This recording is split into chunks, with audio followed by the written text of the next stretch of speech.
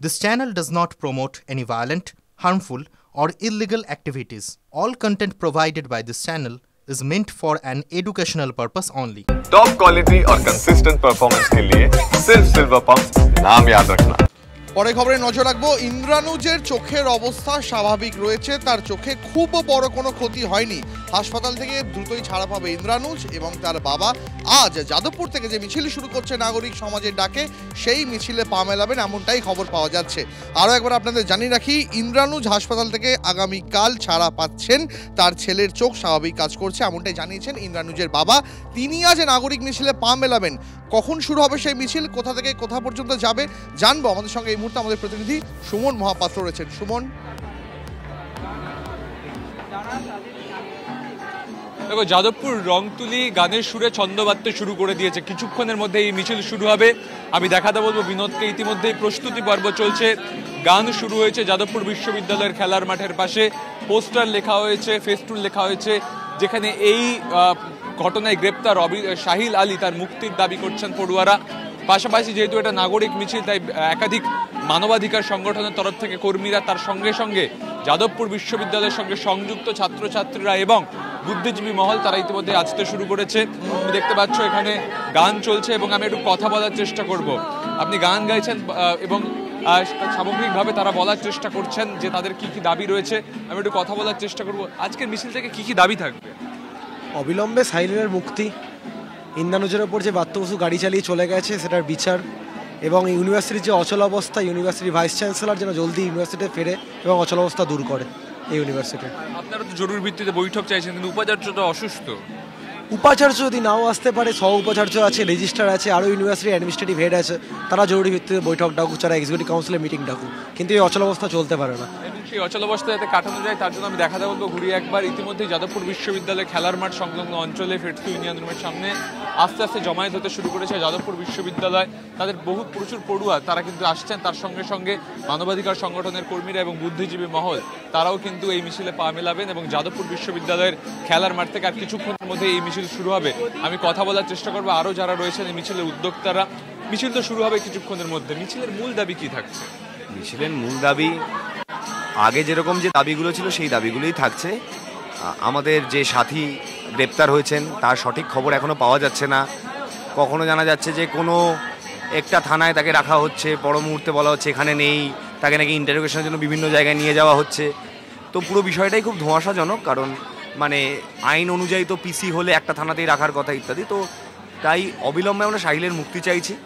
এছাড়া বিভিন্ন যে মিথ্যে মামলা একের পর এক চলছে, সেগুলোর বিরুদ্ধে স্টুডেন্টরা রুখে দাঁড়াচ্ছে। তারা বলছে যে যা ঘটেনি সেরকম সব মিথ্যে মামলা, হার চুরি। অনেক ধন্যবাদ তোমাকে। যে ছবি আপনাদের দেখাচ্ছিলাম এই মুহূর্তে যাদবপুর বিশ্ববিদ্যালয় চত্বর, তারা ক্রমশই প্রস্তুত হচ্ছে আর খানিকক্ষণের মধ্যেই সেখান থেকে নাগরিক মিছিল বেরোবে, যে মিছিলে পা মেলাবেন ইন্দ্রানুজের বাবাও।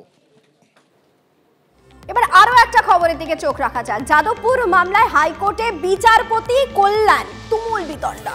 যাদবপুর কাণ্ডে পুলিশের ব্যর্থতাকেই দায়ী করলেন বিচারপতি তীর্থঙ্কর ঘোষ। পুলিশ নয়, বিশ্ববিদ্যালয়ের ব্যর্থতা। পাল্টা দাবি রাজ্যের আইনজীবী কল্যাণ বন্দ্যোপাধ্যায়। শিক্ষামন্ত্রীর নিরাপত্তা নিয়ে উদ্বেগ প্রকাশ করেন বিচারপতি। ক্যাবিনেট মন্ত্রী হয়েও প্রোটোকল কেন মানা হয়নি? প্রশ্ন বিচারপতি তীর্থঙ্কর ঘোষের, এটা বাস্তবসম্মত ভাবনা নয়। রাজনীতিবিদদের সব সময় প্রোটোকল মানা সম্ভব নয়, পাল্টা যুক্তি দেন আইনজীবী কল্যাণ বন্দ্যোপাধ্যায়। বিচারপতি ঘোষের এজলাসে আর মামলা করবেন না বলে জানিয়ে দিয়েছেন কল্যাণ বন্দ্যোপাধ্যায়। কল্যাণবাবুর কি সমস্যা আমি জানি না, তবে আমরা যেখানেই দেখি ওনাকে চিৎকার করতেই দেখি। লোকসভাতে চিৎকার করি, চিৎকার করেন উনি। আমাদের লজ্জায় একটু মাথা নিচু করেই থাকতে হয়, কারণ এই ধরনের অসভ্যতা লোকসভার মধ্যে কংগ্রেস বা অন্য রাজনৈতিক দল যারা আমাদের বিরোধী, তাদের কোনো সাংসদ করেন না, কারণ লোকসভার একটা ডিগনিটি আছে। যদি মনে করেন তিনি চিৎকার করলেই সব ফাটিয়ে দেবেন, সবাই সব কিছু মেনে নেবে, ওনার চিৎকারকে কেউ গুরুত্ব দেয় না, কমেডি শো মনে করে। এই মুহূর্তে আমাদের সঙ্গে টেলিফোনে রয়েছেন অধীর রঞ্জন চৌধুরী। অধীরবাবু, আপনাকে স্বাগত জানাই। যাদবপুরে যে ঘটনা ঘটেছে তাতে পুলিশের ব্যর্থতাকেই দায়ী করেছেন বিচারপতি তীর্থঙ্কর ঘোষ, এবং যাদবপুর মামলায় আজ হাইকোর্টে বিচারপতি কল্যাণ বন্দ্যোপাধ্যায় তুমুল বিতণ্ডা হয়েছে। আপনার প্রতিক্রিয়া? দেখুন, বিচারালয়টা মস্তানি দেখানোর জায়গা তো নয়। বিচারকের কাছে আমরা যাই বিচার চাইতে, মস্তানি দেখাতে নয়। আজকে বিচারপতি কেন, সারা বাংলার মানুষ আপনাদের নির্ভীকভাবে প্রচার মাধ্যমের দৌলতে যাদবপুর কাণ্ড কি হয়েছে তার বিভৎসতা, তার নিষ্ঠুরতা, তার বর্ণনা সবকিছু মানুষ দেখতে পেয়েছে। একটা মধ্যযুগীয় বর্বরতার নিদর্শন দেখলো বাংলার মানুষ, যেখানে একটা বাচ্চা ছেলের চোখের উপর দিয়ে টায়ার চলে গেল মন্ত্রীর, তার চোখ ফিরে পাবে কিনা তা জানে না, তার মৃত্যু হয়নি এই বরাত জোর, অথচ তাকে আসামি সাজানো হলো। আর সেই মন্ত্রীর বিরুদ্ধে একটা সামান্য এফআইআর করতে পুলিশ ভয় পায়, সেই পুলিশকে বাধ্য করেছে হাইকোর্টের বিচারপতি। তার জন্য আমরা সবাই বাংলার মানুষ, যারা নির্যাতিত, নিপীড়িত, বঞ্চিত মানুষ, এই বিচার ব্যবস্থার এই সিদ্ধান্তকে আমরা সাধুবাদ জানাই। অন্তত বিচার ব্যবস্থার তরফ থেকে হস্তক্ষেপ তো কমসে কম হয়েছে এইটুকু। পরে কি হবে না হবে জানি, কারণ সবই এখানটা ধুলো হয়ে যাবে, সবই জল হয়ে যাবে দুদিন পর। কিন্তু কথা হচ্ছে সেই জায়গাতেও আজকে এদের ঔদ্ধত্য, এদের দুঃসাহস, আজকে এদের অহংকার কোথায় পৌঁছেছে, তাদেরকে ধিক্কার জানাচ্ছেন। অনেক ধন্যবাদ অধীর বাবু। অধীর রঞ্জন চৌধুরীর সঙ্গে আমরা কথা বলছিলাম। আমার দুই সতীর্থ, দুই সহকর্মী, একদিকে দীপ, অন্যদিকে রনিপা ছিল নিউজ রুম এবং নিউজ ডেস্ক থেকে। তোমাদের দুজনকেই ধন্যবাদ জানাই। একটা ছোট বিরতির পর অন্যান্য খবর নিয়ে ফিরছি, সঙ্গে থাকুন। বিজেপি নেত্রীকে নিয়ে অপপ্রচারের অভিযোগ, থানায় বিক্ষোভ বিজেপি। ঠিক কি ঘটেছে জানবো আমাদের প্রতিনিধি আশিক ইনসানের থেকে। তার আগে যে ছবি আপনাদের সামনে এই মুহূর্তে আমরা তুলে ধরছি, বিজেপি নেত্রীকে নিয়ে অপপ্রচারের অভিযোগে থানায় বিক্ষোভ।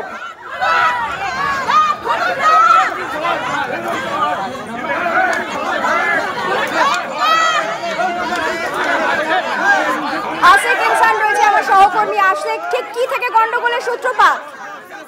দেখো, তোমাকে জানিয়ে রাখবো যে চন্দননগরের দক্ষিণ মন্ডলের যে সভানেত্রী রয়েছে তাকে বেশ কয়েকদিন ধরেই ফেসবুকে একটি ফেক অ্যাকাউন্ট খুলে তাকে কুরুচিকর মন্তব্য করা হচ্ছিল বলেই তিনি অভিযোগ করেন এবং সেই অভিযোগ তিনি চন্দননগর থানায় বেশ কয়েকদিন আগেই করেছিলেন এবং সেই অভিযোগের ভিত্তিতে এখনো পুলিশ নিষ্ক্রিয় রয়েছে, এমনটাই অভিযোগ ছিল। আজকে চন্দননগর থানা ঘেরাও করেন চন্দননগর বিজেপি যারা নেতৃবৃন্দ রয়েছেন এবং সেই থানা ঘেরাওকে কেন্দ্র করেই এই ধুমধুমার এবং সেখানে পুলিশের সঙ্গে ধস্তাধস্তি বেঁধে যায়। যে সময় বিজেপি কর্মী সমর্থকরা তারা সেখানে উপস্থিত হয়, থানার গেট বন্ধ করে দেওয়া হয় এবং সেই থানার গেট খুলে ভেতরে ঢোকার চেষ্টা করে বিজেপি নেতাকর্মীরা। তখনই পুলিশের সঙ্গে তাদের ধস্তাধস্তি বেঁধে যায় এবং তারপরেই তারা সেখানে বসে পড়েন এবং বসে পড়ে অবরোধ করে দেন। নজর রাখো আশিক, পরবর্তীতে তোমার কাছে আবারও ফিরবো।